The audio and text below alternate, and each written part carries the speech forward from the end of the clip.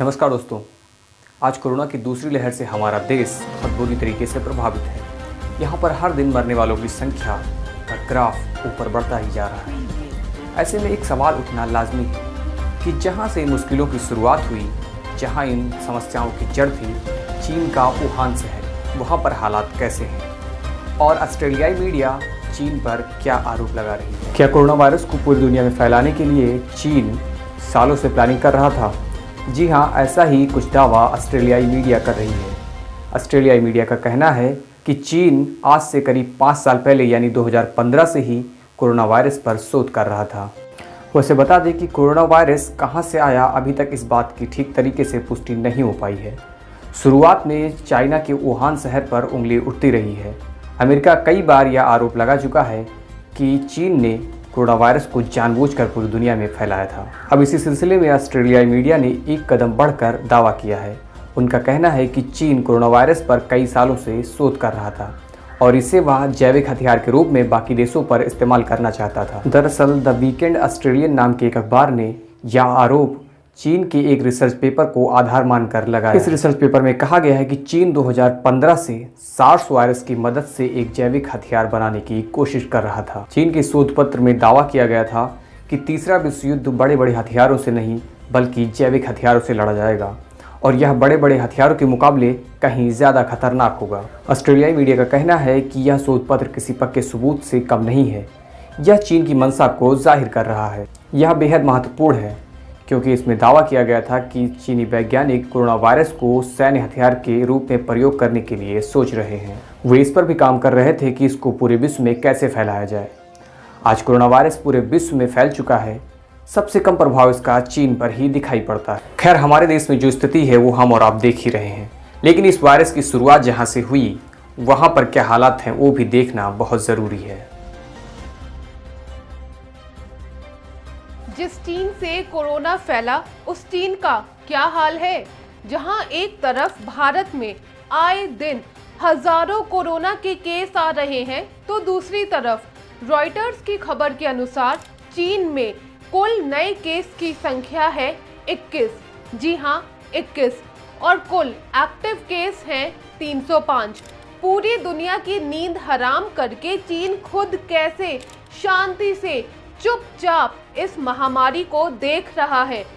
कहीं इसका इशारा इस तरफ तो नहीं कि ये वायरस चीन ने ही बनाया है। रॉयटर्स की एक रिपोर्ट के अनुसार चीन की नेशनल हेल्थ कमीशन का दावा है कि इक्का दुक्का जो नए कोरोना के केस चीन में आ रहे हैं वो वहां विदेश से आए हैं। चीन में तो मानो जैसे सब नॉर्मल है। अगर हम कोरोना से प्रभावित टॉप 10 देशों की बात करें तो चीन उसमें कहीं नहीं आता। जी हाँ, उसमें चीन का दूर दूर तक कोई लेना देना नहीं है। जहाँ एक तरफ भारत में कोरोना ने तांडव मचा रखा है, अस्पतालों में बेड नहीं है, ऑक्सीजन की कमी है, वहीं दूसरी तरफ चीन का वुहान, जहाँ की आबादी करीब 11 मिलियन है और जहाँ से 1 साल पहले कोरोना वायरस की शुरुआत हुई थी, वहाँ इस वक्त सब नॉर्मल है। लाइफ एकदम नॉर्मल है। लोग मॉल जा रहे हैं, पिकनिक मना रहे हैं, सब अच्छा है। कोरोना वायरस कैसे आया ये अभी तक साफ नहीं हुआ है। जब तक अमेरिका के राष्ट्रपति डोनाल्ड ट्रंप थे तब तक तो वो पानी पी पी कर चीन को कोसते थे, लेकिन अब तो कोई चीन के ऊपर उंगली तक नहीं उठा रहा है।